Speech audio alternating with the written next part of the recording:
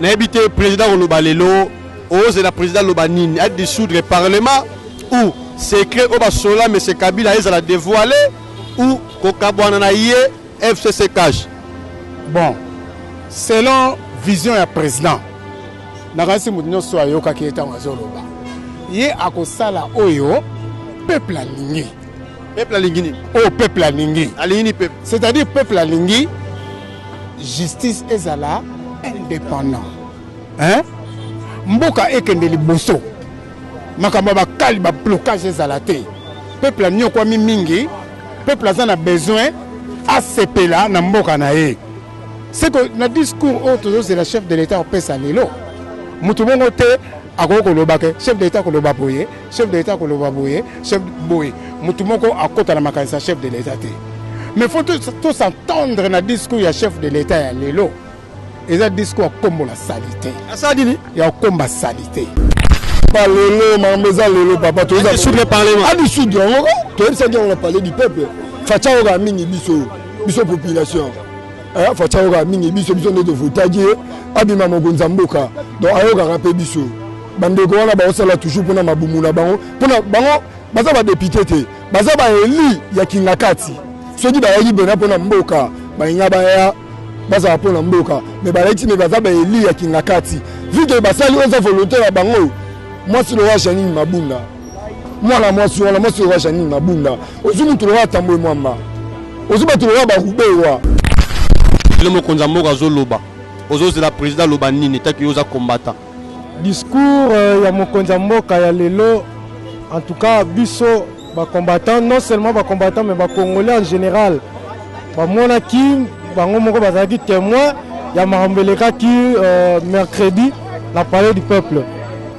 Alors ba juge na biso misatu ya cour constitutionnelle ba prêtaki serment. Alors na serment bango ba prêtaki invitation et pesamaki na batebele. Invitation pesamaki na batebele. Alors tu regrettes que kaka na le comportement ya bande konabiso va manifester manque de respect envers la première institution de la République. N'habite ose la nini na discours à président Lelo, ose la président dissoudre le parlement, ose la président a dévoilé les secret ni basola entraîneur monsieur Kabila, ose n'habite ose la nini.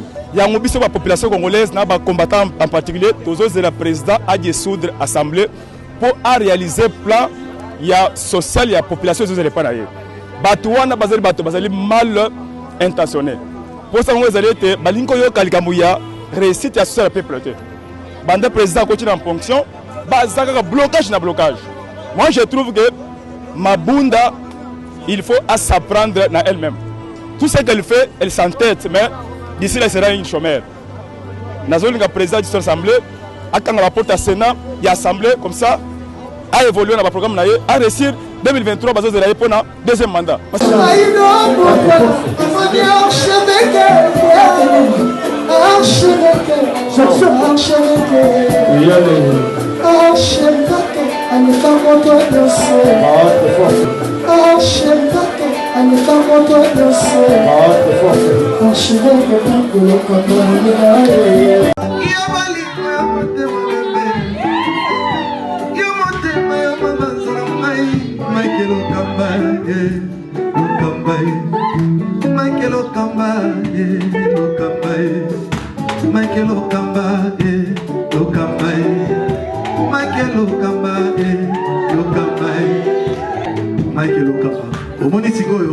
L'artiste, c'est l'improvisation.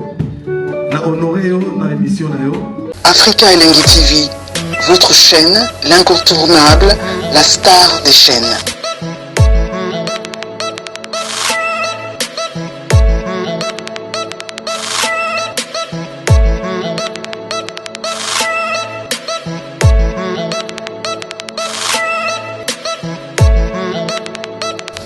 Africa Elengi TV, la magie de l'info.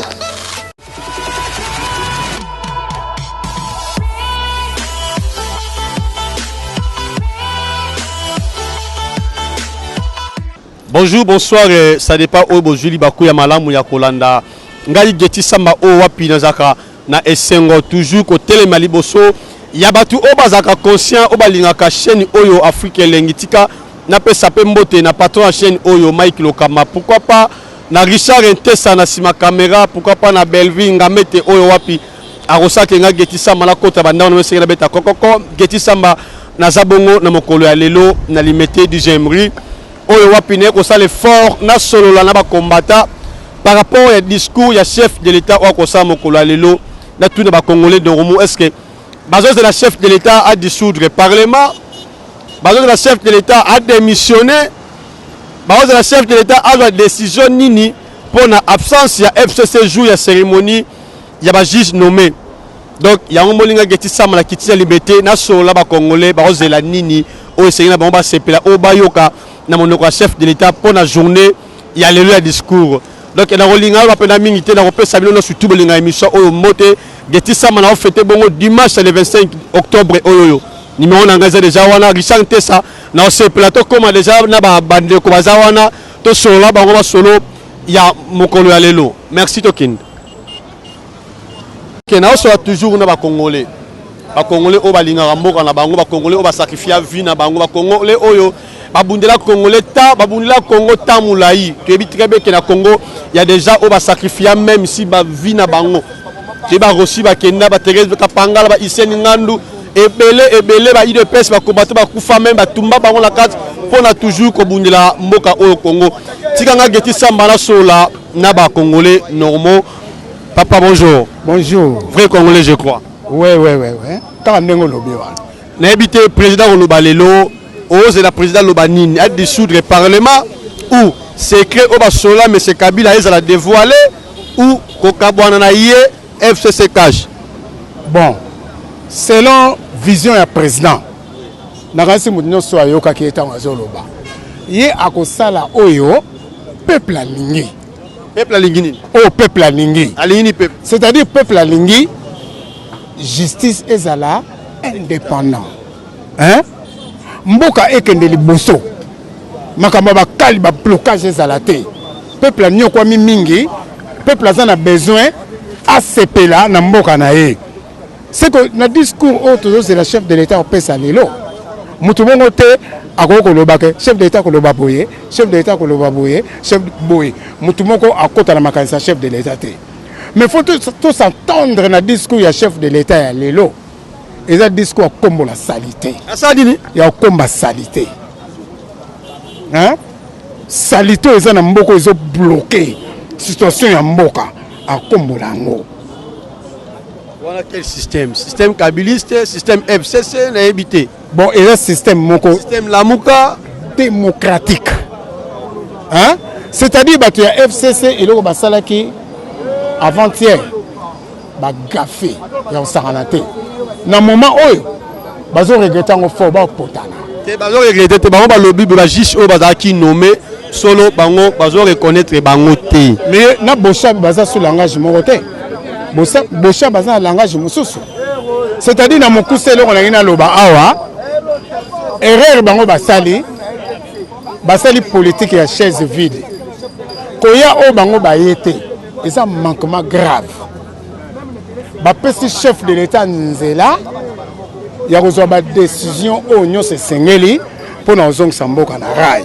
C'est-à-dire elo tozo s'attendre de ce qu'on a chef de l'état mboka zozonga na rail lelo.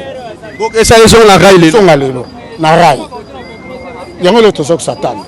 Na rocha ba commentaire mususu te pour na koti na kata makanisa chef de l'état te que il faut le babo mais azozong samboka na rail pour fixer opinion. À l'action-opinion, tala boya zong sa mboka boy. Donc toza s'attendre na makambo ya kitoko pour na bola mon peuple. Lelo. Merci papa, Azapé Moroté, n'a habité au soir sur banane. Chef, bonjour. Bonjour. Dans la caméra, le chef de l'état Zoloba. Aux autres de la chef de l'état à Lobanine. Bon, pour nangai nazo de la chef de l'état azongi makambo na rail tala kaka président azo nommé ba juge ba prêter serment devant président mais premier ministre a se présenté te président ya assemblée a se présenté te wana ezo la kisa ke mboka ezo tambola bien te mboka etamula bien te nena za na baton ko busala ke mboka etamula malamu kozala na baton eza te ke koyeba makanisi oyo eza na kati ya mutu te ngana kozala na baton na pesi yo mitindo na pesi apesi ba premier ministre nini invitation po baya baboyi eza te ke baton ya kobeta mutu eza baton ya kosala mutu mabe te eza baton ya kodirige mboka yomona ndenge bango ba répondre te bon makanisi oyo président azui ya kolobela biso toyebi yango te tokoloba directement oyo ye akoloba te toza na kati na esprit na ye te selon yozo moi que président sera le bien dissoudre parlement séparation à FCC cash rosa quand même rassasié bon séparation à FCC cash nana kozala rassasié te eza coalition wana libala wana eza makambo ya président na président na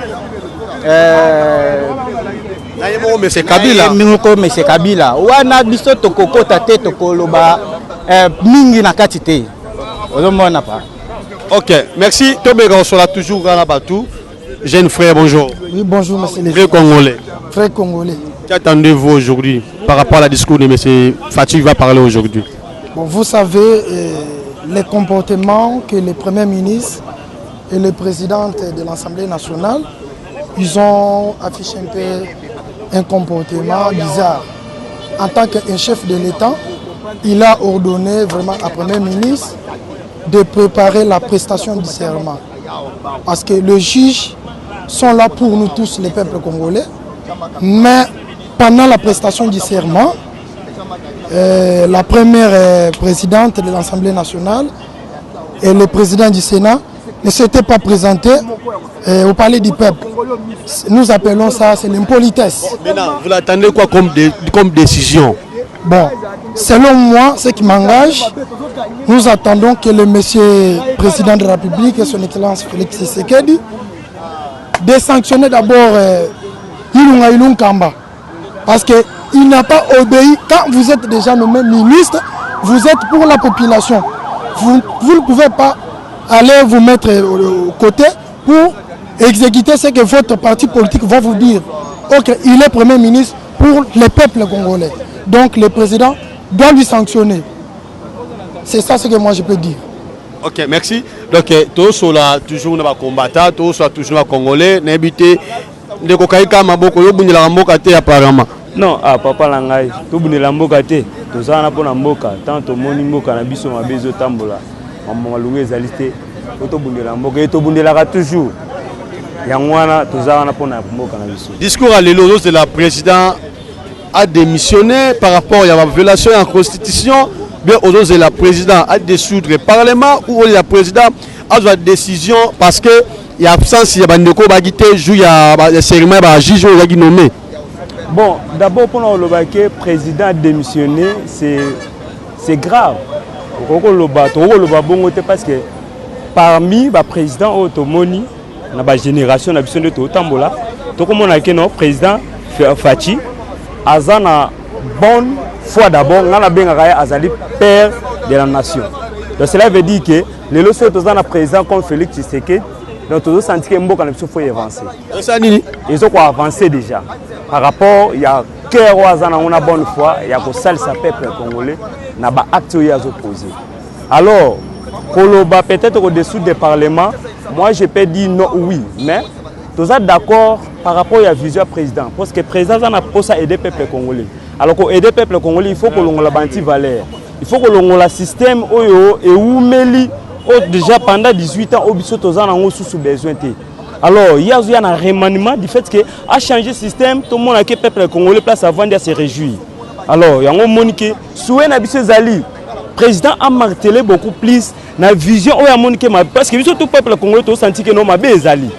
Et mabeza na kanini na jikaka ba FCC ce sont des gens bateau bazana souci il y a peuple congolais parce que ceux qui bazaki na souci peuple congolais il allait pas poser ba acte tout le monde dernièrement awa prestation et serment ya ba juge constitutionnel et bango ba manquer ce qu'on appelle c'est un chef tango bengio na invitation na yé pays au boy qu'il y a une invitation.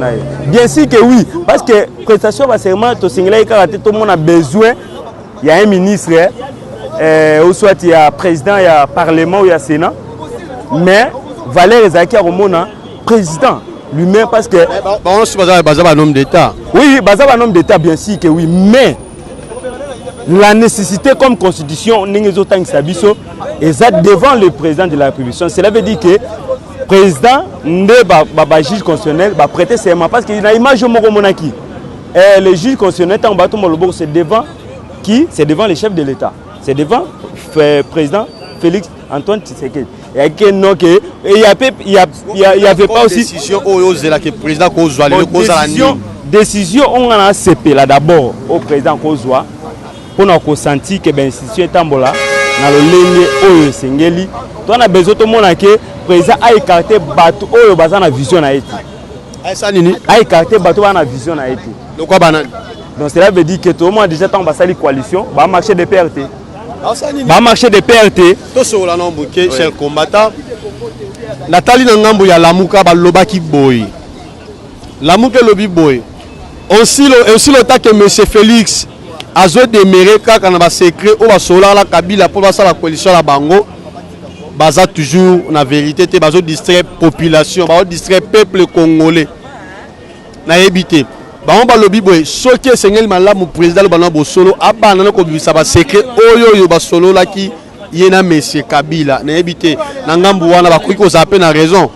Bon, koloba secret et ça un peu moins passe parce que tant que na ba élection, il y a toujours la victoire.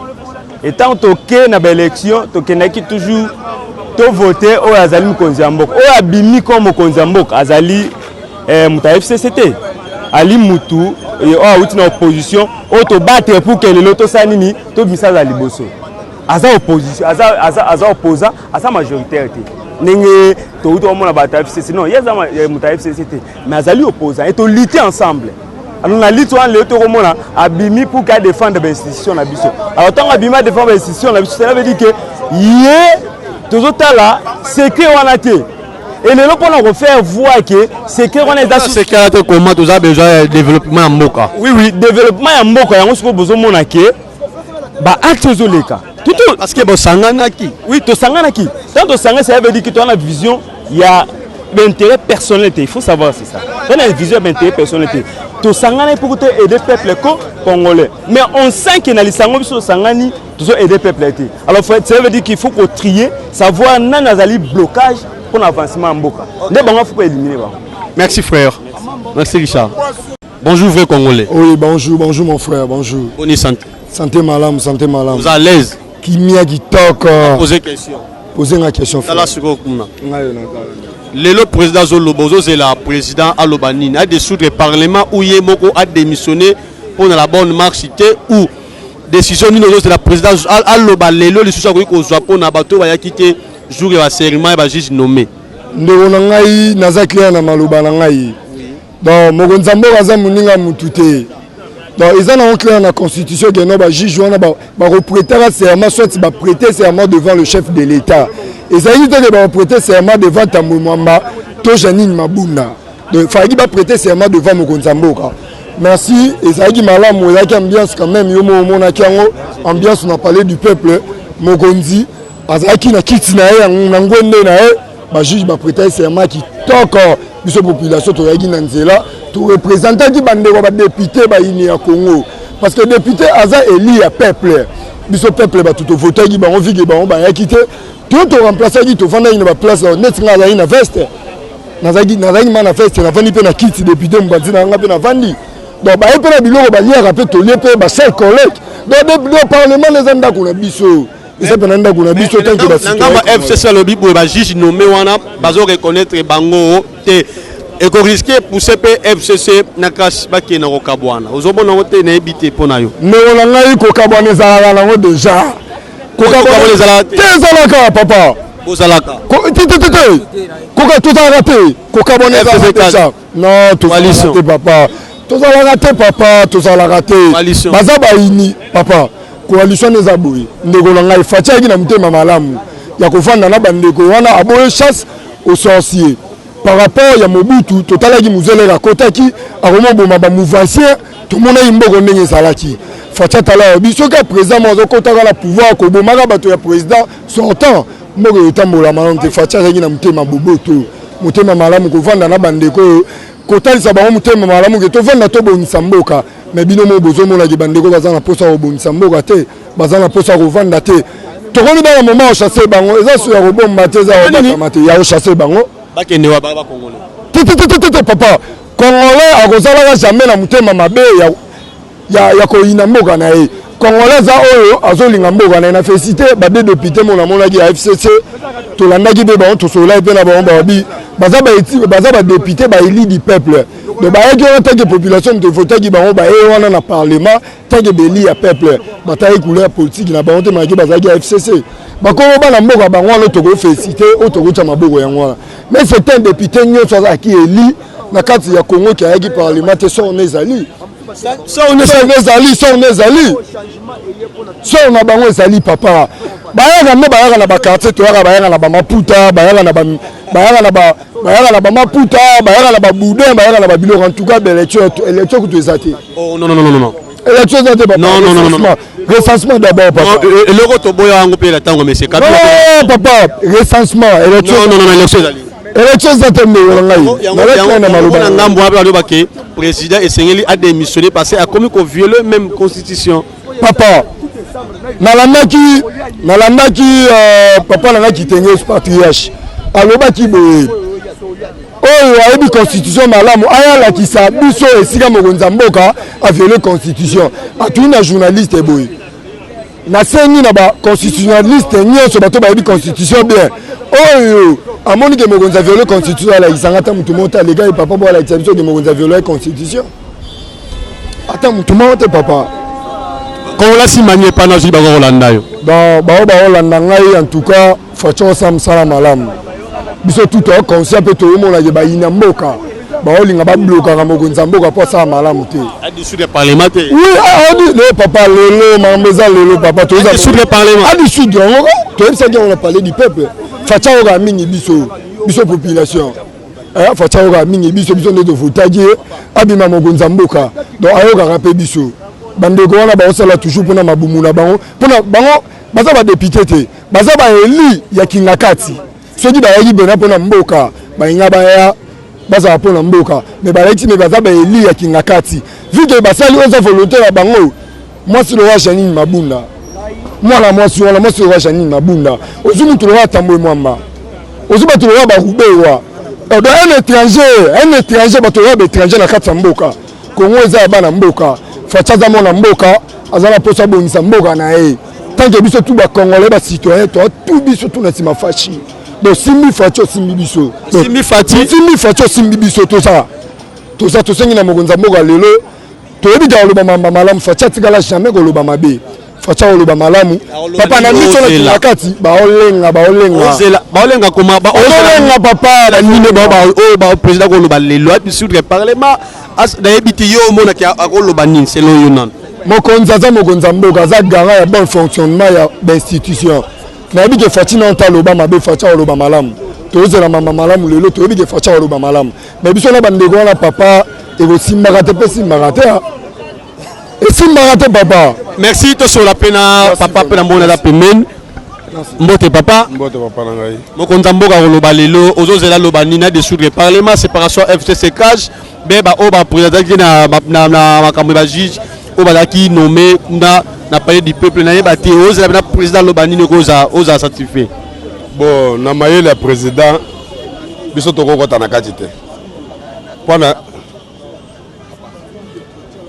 eza lokola mayele ya nzambe moto akolinga oyeba profondeur ya nzambe aza te eza lokola faci kasi susi na biso population tozomona mpasi oyo toza nango lelo eza mpona FCC FCC mpasi ya congolais mpasi oyo toza nango mpona FCC naza sire 100% emata ekita eloko wana efale ekota kaka na mai ekota na mai parlement wana ekota na mai bakunda yango donc ozela président dissoudre parlement eloko tozoluka yango wana tozoluka yango esalama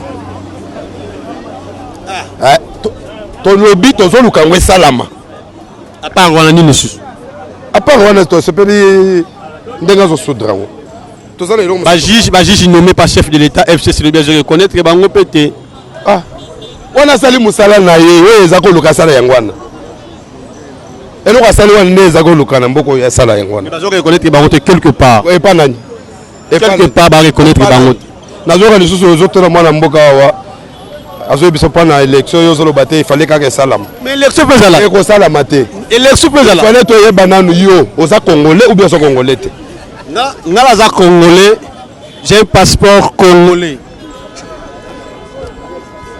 yo oza journaliste oza congolais kasi kingakata wana baza bacongolais bato oyo baza kingakata baza bacongolais nde bato ozoluka recensement esalami te makambo oyo ozoloba toboyaka ngo epa monsieur Kabila tozala clair makambo monsieur Kabila eza awa te Kabila aza nani na mboka oyo aza président sortant bakestion ezalanga koboyibaka bakestion nga na biboye élection efo ezala oyo koluka mpona toloba te kasi tika biso libre toloba te Kabila aza nani na mboka oyo Kabila azalaki moto bayaki na ye aboma bana mboka azwa mbongo bavese ya milayi aza kotya ekatana atya bavese ya mikuse ndenge akomi lelo bazobenge richi nde eloko ayeki na mboka kasi aza congolais mpo na yo sikoyo mpo na yo talaka Richard Ntesa mpo na yo image ya Kabila ça vous rappelle quoi Kabila bantambo mwami bangoyi kasanji bamabunda barwandais baza barwandais makambo ya élection eza te élection yango tozosala na nani to respecter constitution ai papa yo za musika 37 ans ya lutte bibembeza osokoti na kati osokoti kotana telemaka place ba policier baza wana otana lo ba pancarte wana ezolakisa nini si bato akinga kati sika bazozela lisusu tokosala élection mpona basala nini bazongela pouvoir bapostule wana ndoto ya bababa voilà ndoto ya bababa. Merci, là c'était un vrai Congolais. Oyo apesa ki ezali bongo point de vue na ye, mduno soto za libre koloba. Oyo za point de vue parce que biso tout oza ba Congolais. Mboka na koloba kana émission nga kala mboka ezaka kaka ba président ezaka ba généralité mboka ezaka ya biso non surtout mboka ezali ya ngai ezali ya ye ezali ya yo pozuli baku ya kotala ngai mboka ezali ya sacrificateur du ville. Pourquoi pas la Mike Lokama mboka ezali bongo ya Richard Tessa na Belvin Amete mboka Congo ezali bongo na Naomi Diambu. Pourquoi pas Guy Valunza ya mboka ezali ba combattant nyonso tout ba Congolais nyonso quand on dit ba Congolais nyonso tout la joue à parti politique nyonso nyonso je dis très bien. Merci de nous combattre, merci de nous Congolais normaux au bolinga nga geti samba na poussa na liboso na bino bo pesingo autorisation sol na bino tranquillement. La question nga mérite de la sende na banga ki moi muke mais quand même pour répondre ba question na ngai. Merci ezapemba liboso te to kuta lisusu. Merci beaucoup. To s'appelle Makasi. Ndengo la kaki biso. Merci. Ça va. Merci Richard. Donc nena utuko sabino ki na zapena ba combattant na ba Congolais normaux ba Congolais oyo basaka ba sacrifier vie na bango pour la kobundela oyo ezali ekolo na biso Congo mon pays Congo notre pays. Geti ça mettait qu'un soldat aussi de la peuple. Geti ça qu'un Congolais normaux na sur la paix na quelques combattants au bas sa point de vue na bango par rapport ya makam na annoncé bilo déjà na émission alelo. Papa bonjour. Bonjour. Bonne santé. Malamu mingi. Combattant. Combattant. Lelo mo konza mo gazo loba. Ozo de la président loba nini ta ki oza combattant. Bon, d'abord merci pour la parole. Oui, biso ba combattant, non seulement que tous ba combattant, tous ba Congolais. Bon, discours ya mokonza mboka ya lelo en tout cas biso ba combattant, non seulement ba combattant mais ba Congolais en général. Ba mona ki bango moko bazaki témoin ya marambeleka ki mercredi na palais du peuple. Alors ba juge na biso misatu ya cour constitutionnelle ba prêtaki serment. Alors na serment bango ba prêtaki invitation epesamaki na batebele. Invitation epesamaki na batebele. Alors te regrettaki kaka na remona comportement ya bande kona biso baza ba homme d'état na ba femme d'état bazo kamba institution minene ya mboka oyo mais ba manifester manque de respect moko boye envers la première institution de la République. Parce que mon Mboka, Tata Félix Antoine Tshisekedi Tshilombo, chef de l'État, a assisté à la prestation de serment. Il y a 3 nouveaux juges na biso, mais tu regrettes que l'institution y était. Donc, ils ont déjà manque de respect à la première institution de la République. Donc, FCC lobby boy. Le lobby ba juge au bazali nommé et pas le président de la République. Bango bayebi bango té. Non, mais constitution lobby na biso que c'est le président de la République qui nomme. Le président de la République a nommé qui nomination et salama qui paie. Alors, bah juge voilà faut pas compter en fonction. Par contre en fonction que après prestation na bango ya serment. Est-ce que vous juge va travailler vraiment tranquillement parce que FCC le dit ceux qui va venir au travail et que vous risquez même si bango FCC cache bakabwana qui mariage yango. Bon, ceux qui lingi que mariage kabwana bon. Wana za lango pe mabete parce que bango moko bazo côté ça crise institutionnelle na kati ya mboka. Bango moko bazo côté ça. Merci. Donc tous a vraiment entouré de combattants. Je voulais aussi parler avec ma responsable. Bonjour papa. Bonjour. N'habitez pas la ligne dans discours à président Lelo. Le président dissoudre le Parlement. Le président a dévoilé les secrets ni basola entraînant M. Kabila. N'habitez pas la ligne. Bon, il y a Liboso Nazo Pesanza merci pour Bakolo Mbeli ya bango moko echubi bango. Tango bango bazala ki voter ba loi na Parlement. Tango opposition ezobima na Parlement. Babanda ko 4 bando continuer. Bando continuer voter ba loi. Bon, ceux qui sont sur la présidence de serment, qui est été, parce qu'ils se qualifient. Tous de la présidence de soudre l'Assemblée, il y a une population congolaise, des combattants en particulier, tous de la présidence de soudre l'Assemblée pour réaliser le plan social et la population de l'Assemblée. Batouana bazali mal intentionné. Pour ça, vous allez être balinko yo kalikamouya réussite à social peuple. Bande président continue en fonction, bazaka blocage na blocage. Moi, je trouve que Mabunda, il faut s'apprendre à elle-même. Tout ce qu'elle fait, elle s'entête, mais d'ici là, elle sera une chômeur. Nazoli, le président de l'Assemblée, quand on rapporte à Sénat, il y a Assemblée, comme ça, a évolué dans le programme, a réussir 2023, pour le deuxième mandat, parce que c'est confirmé. Bonjour, que mariage à FCC crache au Kabouan. Papa, ce qui moi, c'est un et que je suis un peu de temps.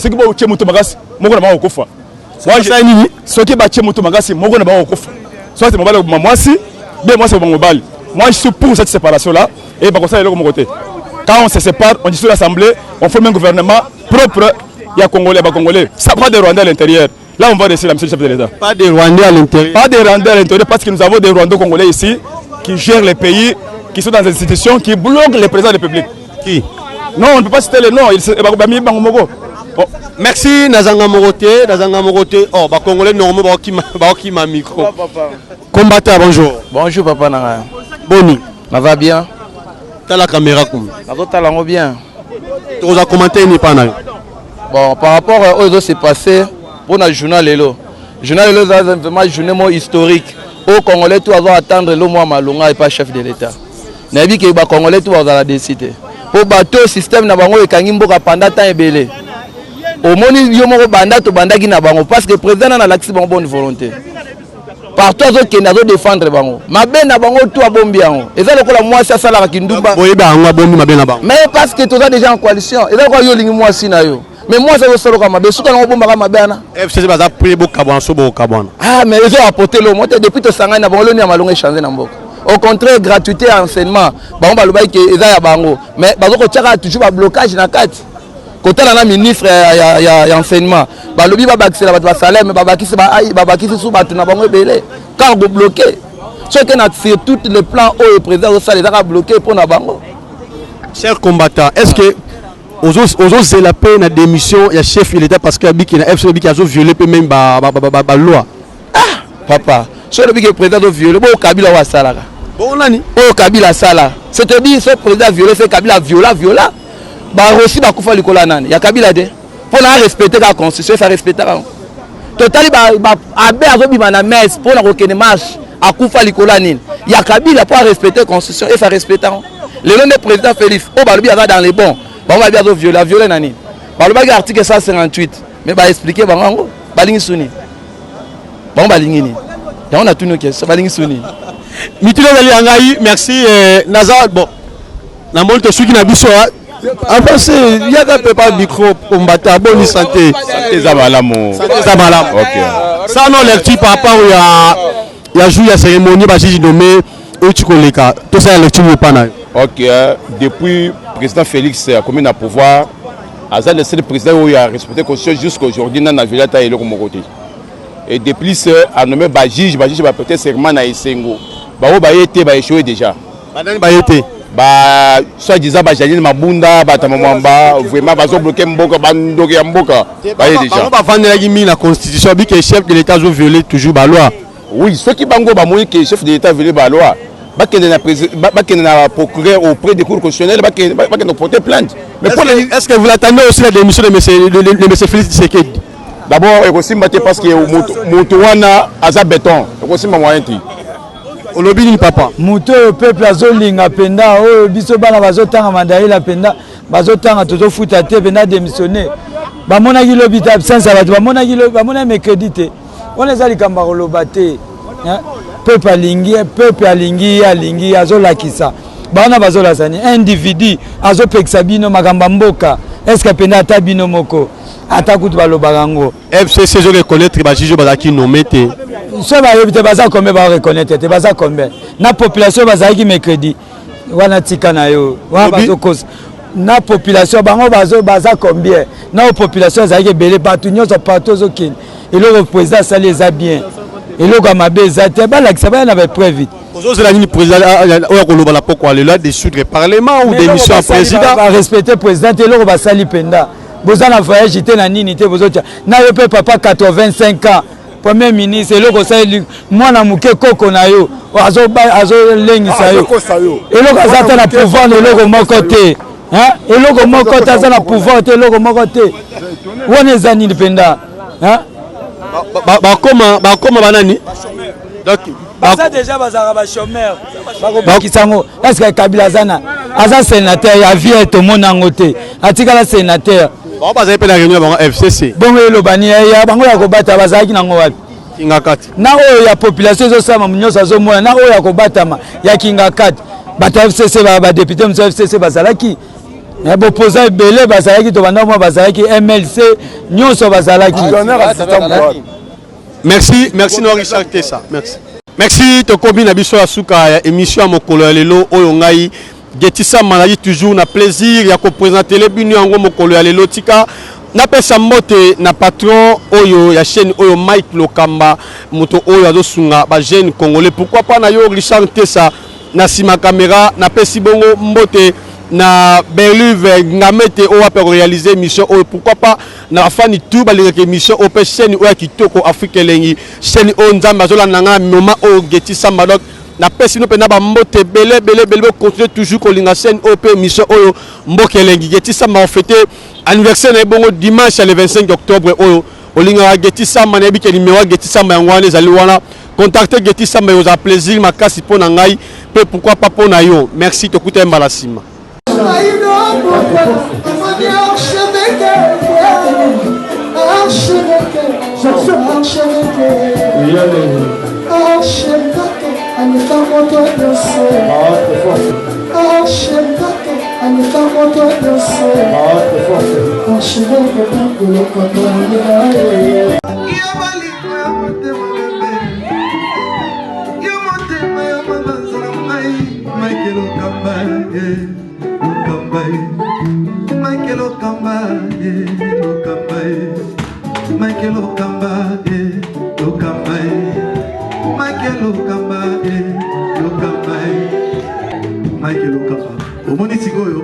L'artiste, c'est l'improvisation. La honoré dans l'émission. Africa Elengi TV, votre chaîne, l'incontournable, la star des chaînes.